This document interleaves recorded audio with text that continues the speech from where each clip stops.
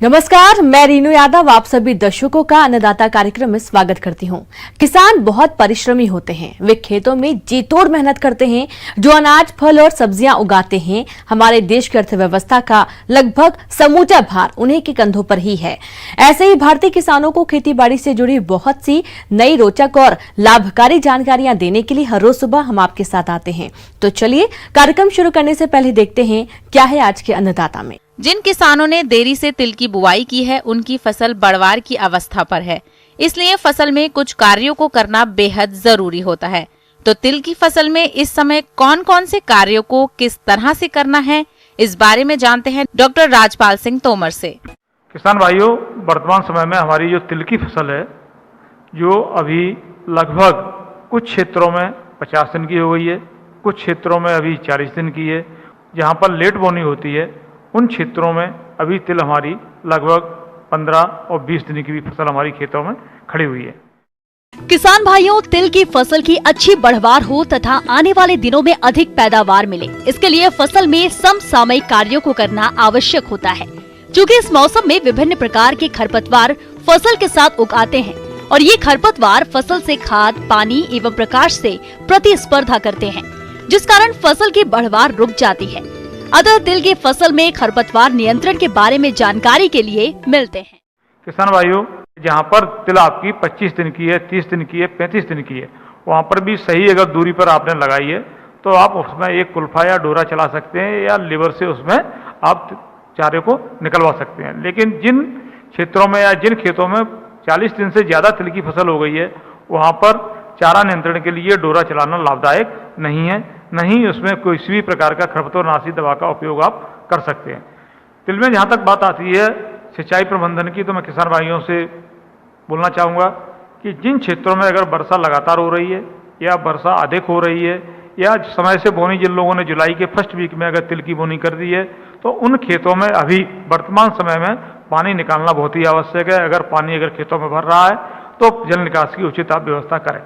लेकिन जिन क्षेत्रों में अगर सिंचा अवर्षा की स्थिति है, वर्षा नहीं हो रही है या मान लो अभी लेट सोइंग उनने करी है, अगर मान लो 25 जुलाई के बाद उनने बोनी करी है, तो उन खेतों में फूल वाली अवस्था पर फलियां भरते समय किसान भाइयों को एक हल्की सिंचाई की आवश्यकता खेतों में पड़ती है। अगर हल्की सिंचाई एक वो करते हैं तो आपके उत्पादन में वृद्धि होती है और आपके फसल का उत्पादन सही होता है। किसान भाइयों, फसल उत्पादन में विभिन्न प्रकार की समस्याएं आती हैं। इसमें एक प्रमुख समस्या है फसल में कीट व रोगों का प्रकोप। यदि समय रहते इनका नियंत्रण नहीं किया गया तो ये फसल को काफी क्षति पहुंचाते हैं। अतः तिल की फसल को कौन कौन से कीट व रोग नुकसान पहुंचाते हैं, उन्हें कैसे पहचानें और नियंत्रण किस प्रकार से किया जाए, इस सभी पहलुओं से आपको अवगत कराते हैं। अगर तिल की फसल में अगर लगातार वर्षा होने के कारण कई फफूंदी जनित रोग अगर आपके खेत में आ रहे हैं, तो उन रोगों के नियंत्रण के लिए सबसे अच्छा प्रिवेंटिव मेजर मैं आपको बता दूं, आप कार्बेंडाजिम या हेक्साकोनाजोल का दोनों का 1-1 ग्राम प्रति लीटर की दर से अगर आप स्प्रे करेंगे तो आपके खेत में 90% तक रोग न लगने की संभावना बनी रहती है और आपके खेत में अधिक वर्षा से जो फफूंद जनित रोग लगने की संभावना रहती है वो काफ़ी कम हो जाती है और आपका उत्पादन ज़्यादा मिलता है।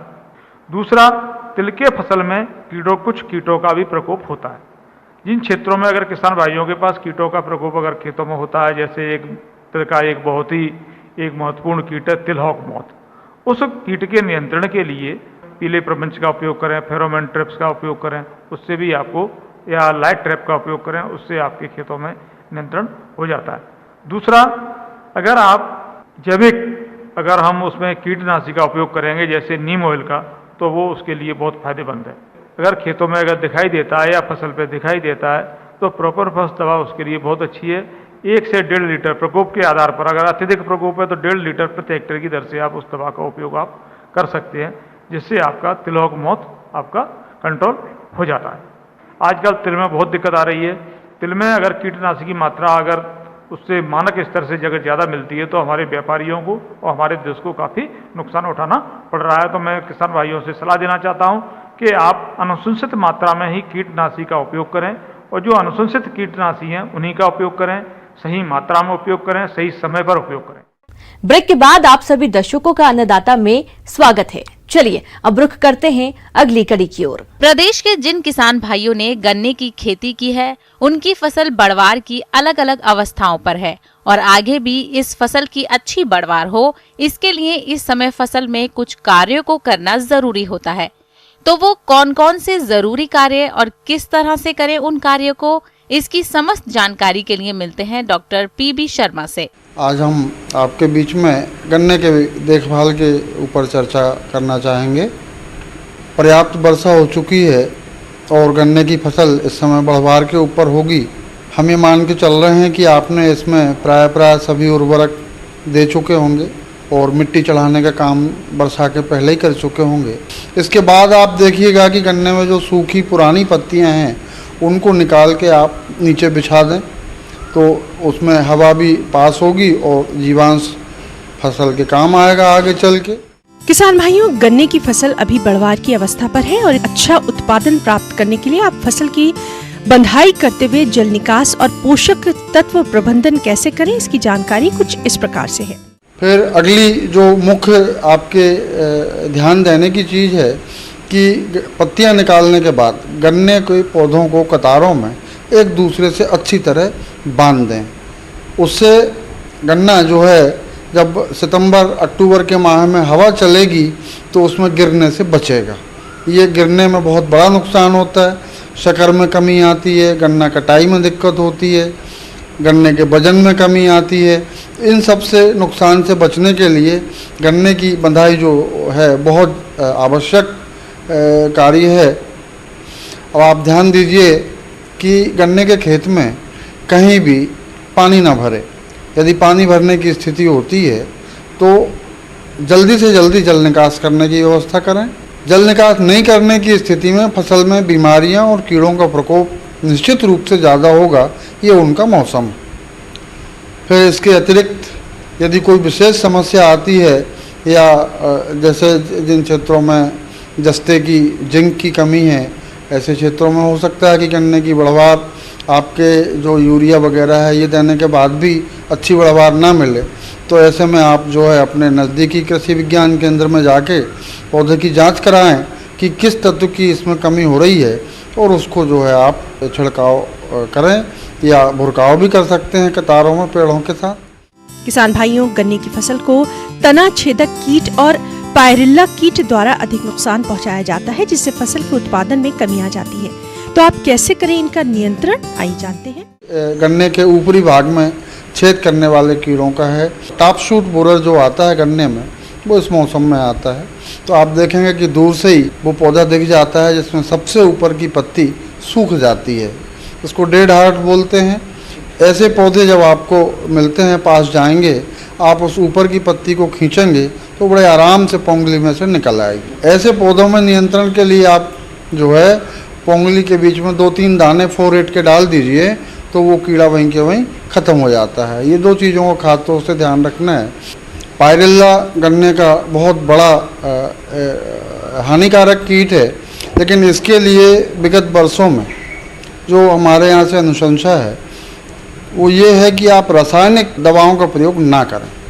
इसके नियंत्रण के लिए सबसे पहले तो आप 1 एकड़ में 2-3 जगह लाइट ट्रैप यानी प्रकाश प्रपंच की व्यवस्था करें, और उसमें भी जो आप बल्ब जलाएंगे खेत के पास, आप शाम के समय 7 बजे से 10-साढ़े 10 बजे रात तक के जलाएं, उसके बाद बंद कर दें। ये इसका काफ़ी प्रभावी नियंत्रण करता है। गन्ने की फसल में बढ़वार की अवस्था पर पपड़ी कीट और सफेद मक्खी कीट भी बहुत अधिक हानि पहुंचाते हैं। तो आप इनकी पहचान कर इनका नियंत्रण कैसे करें, आइए जान लेते हैं। दूसरी चीज़ जो सावधानी के तौर पे आपको ध्यान देना है कि गन्ने में वर्षा के मौसम में शुरुआत से ही पपड़ी कीट का प्रकोप चालू होता है, तो इसके नियंत्रण के ऊपर विशेषकर ध्यान दें।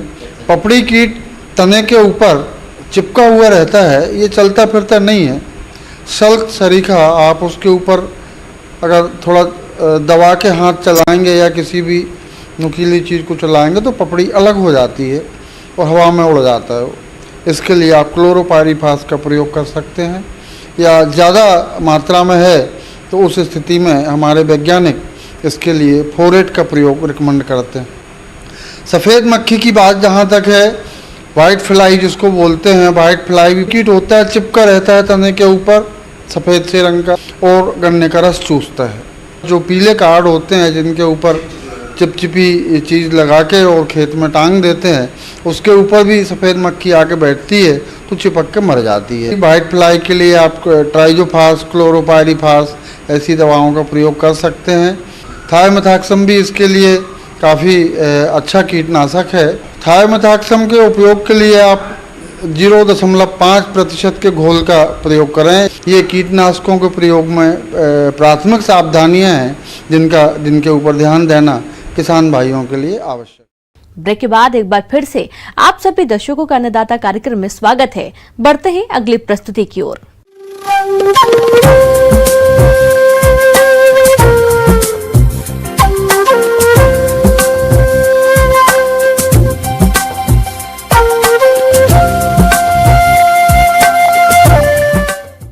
मौसम के अनुसार प्रबंधनों पर टिकी आपकी खेती बाड़ी, और इसलिए मौसम पूर्वानुमान और उस पर आधारित साप्ताहिक कृषि सलाह इस प्रकार है। भारत मौसम विज्ञान विभाग ग्रामीण कृषि मौसम सेवा केंद्र सीहोर से प्राप्त मौसम रिपोर्ट के आधार पर भोपाल, रायसेन, बैतूल, होशंगाबाद और इनके आसपास के जिलों के किसानों को सलाह दी जाती है कि इन क्षेत्रों में आगामी 4 दिनों तक हल्के से मध्यम बादल छाए रहेंगे। हल्की वर्षा की संभावना है। ऐसे में इन क्षेत्रों के किसान कोरोना के गंभीर फैलाव को देखते हुए किसानों को सलाह है कि कृषि कार्यों के दौरान भारत सरकार द्वारा दिए जा रहे निर्देशों, व्यक्तिगत स्वच्छता, मास्क का उपयोग, साबुन से उचित अंतराल पर हाथ धोना और एक दूसरे से सामाजिक दूरी बनाए रखने पर विशेष ध्यान दें। किसानों को सलाह है कि जिन क्षेत्रों में अधिक वर्षा से जल भराव की स्थिति बनी हुई है, सोयाबीन की फसल में होने वाले संभावित नुकसान को कम करने के लिए शीघ्र अतिशीघ्र जल निकासी की व्यवस्था करें। कुछ क्षेत्रों में सोयाबीन की फसल में पीला मोज़ेक वायरस जनित बीमारी का प्रकोप प्रारंभ होने की सूचना प्राप्त हुई है। इसकी रोकथाम के लिए सलाह है कि फसल पर लक्षण दिखाई देते ही वायरस से ग्रसित पौधों को अपने खेतों से निकाल दें। आपको यह भी सलाह दी जाती है कि ऐसे खेत में सफेद मक्खी, जो कि इस वायरस को स्वस्थ पौधों में फैलाने का कार्य करती है, की नियंत्रण के लिए पहले से मिश्रित संपर्क रसायन बीटा साइफ्लोथ्रिन और इमिडाक्लोप्रिड की 350 मिलीलीटर मात्रा प्रति हेक्टेयर की दर से छिड़काव करें। इस दवा से सफेद मक्खी के साथ साथ पत्ती खाने वाले कीटों का भी एक साथ नियंत्रण हो जाएगा। सोयाबीन की फसल को नुकसान करने वाले गैडल बिटल, चने की इल्ली के नियंत्रण हेतु अनुशंसित कीटनाशकों का फसल पर छिड़काव करते रहें। धान की फसल में खैरा रोग के नियंत्रण हेतु जिंक सल्फेट 5 किलोग्राम और 2.5 किलोग्राम बुझा हुआ चूना 500 से 600 लीटर पानी में घोल बनाकर प्रति हेक्टेयर की दर से छिड़काव करें। इस समय मक्का की फसल में तना छेदक कीट की संभावना हो सकती है, अतः दिखाई देने पर इसके नियंत्रण हेतु फोरेट टेंजिक दवा की 10 किलोग्राम मात्रा प्रति हेक्टेयर की दर से रेत या बालू में मिलाकर भुरकाव करें। बैंगन, टमाटर, मिर्च की नर्सरी लगाएं। खेत में बतर आने के बाद पौधों की रोपाई करें। संभावित मौसम पूर्वानुमान को देखते हुए इस समय बैंगन, टमाटर और भिंडी में रस चूसक कीट की संभावना हो सकती है, अतः दिखाई देने पर इनके नियंत्रण हेतु इमिडाक्लोप्रिड की 1 मिलीलीटर मात्रा 3 लीटर पानी की दर से घोलकर छिड़काव करें। इस समय मिर्च और टमाटर में चुर्रा मुर्रा रोग की संभावना हो सकती है, अतः दिखाई देने पर इनके नियंत्रण हेतु इमिडाक्लोप्रिड 17.8 SL की 170 मिलीलीटर मात्रा 500 से 600 लीटर पानी में घोल बनाकर प्रति हेक्टेयर की दर से मौसम साफ होने पर छिड़काव करें। पशुओं को साफ एवं ताज़ा पानी दिन में 2 बार दें, साथ ही साथ हरा चारा भी दें। बाहरी परजीवियों से बचाव के लिए ब्यूटॉक्स का प्रयोग करें। पशुशाला की नियमित सफाई करते रहें। 1 लीटर पानी में 5 मिलीलीटर फिनाइल मिलाकर फर्श की सफाई करें। मुर्गे और मुर्गियों को मिनरल मिक्सचर तथा साफ एवं ताज़ा पानी जरूर दें। बकरियों में पीपीआर रोग के नियंत्रण के लिए टीका लगवाएं। वर्षा से बकरियों की सुरक्षा करें। बकरियों को हरा चारा, साफ पानी एवं सूखे स्थान में बांधें एवं परजीवियों से बचाव के उपाय जरूर अपनाएं।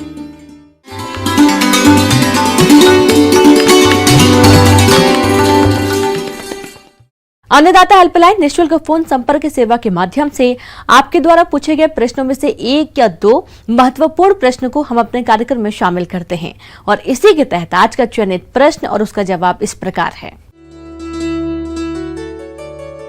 आज के अन्नदाता हेल्पलाइन में जिस प्रश्न को कार्यक्रम में शामिल किया गया है उसे पूछा है ग्राम तीतरी, जिला रतलाम के किसान मोहन पाटीदार ने।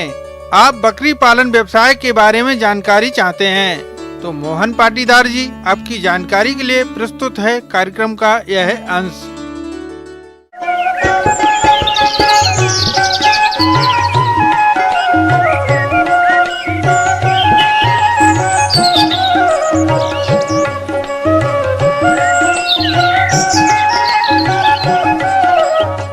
भारतवर्ष में ग्रामीण अर्थव्यवस्था के लिए बकरी पालन एक महत्वपूर्ण स्थान रखता है। भारतवर्ष के ग्रामीण क्षेत्रों के लघु किसान, सीमांत किसान, भूमिहीन किसान और वैसे किसान जो अभी कोरोना प्रकोप से ग्रसित हैं और प्रवासी मजदूर हैं, उनके लिए बकरी पालन एक लाभदायक सिद्ध होता है।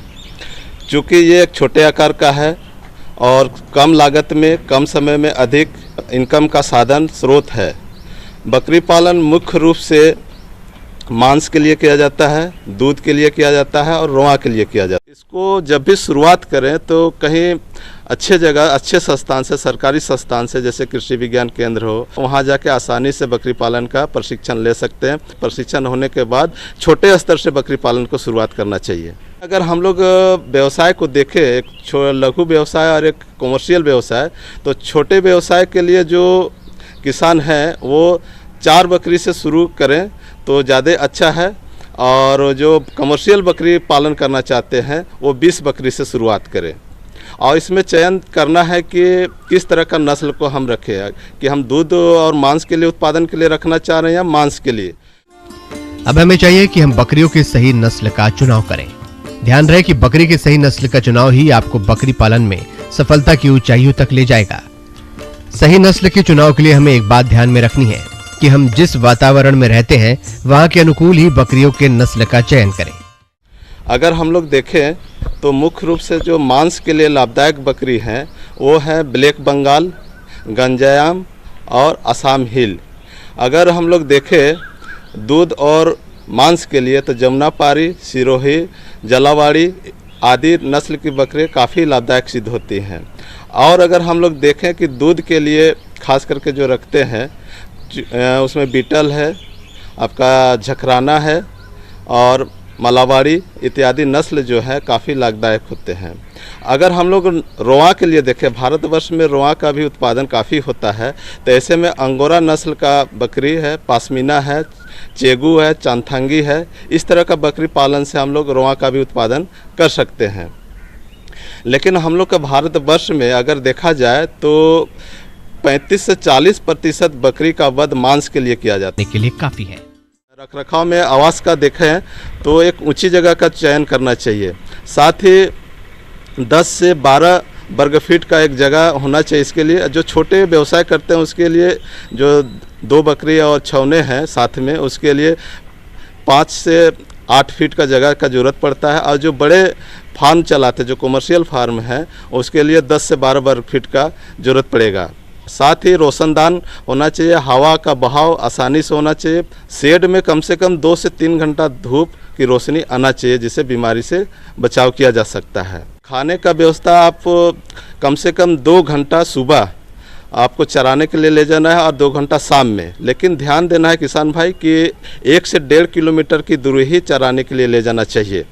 इसके साथ ही वजन के अनुसार, जैसे 10 किलो का अगर बकरी है तो उसको हम लोग 100 ग्राम का हम लोग दाना का ही हम लोग देंगे 30 भाग, आपका हम लोग चोकर देंगे 37 भाग, मछली चूरन देंगे 5 भाग, खल्ली हम लोग देंगे 10 भाग और 1.5 भाग खनिज लवण देंगे और आधा किलो हम लोग इसमें नमक मिलाएंगे। तो इस तरह से हम लोग बकरी दाना मिश्रण बना सकते हैं।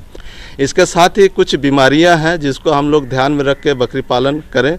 जैसे खास करके बच्चों के लिए निमोनिया काफ़ी होता है, तो निमोनिया का हम लोग निवारण करेंगे।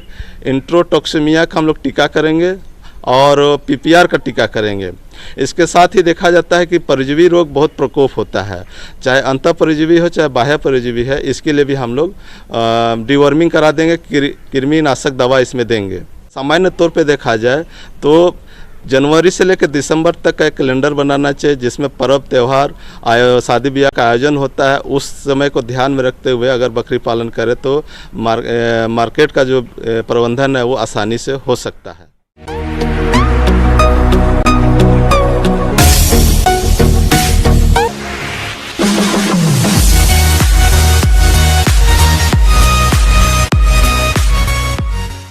आइए अब एक नजर डालते हैं राज्य के कुछ चुने हुए मंडियों के प्रमुख फसलों के बाजार भाव पर।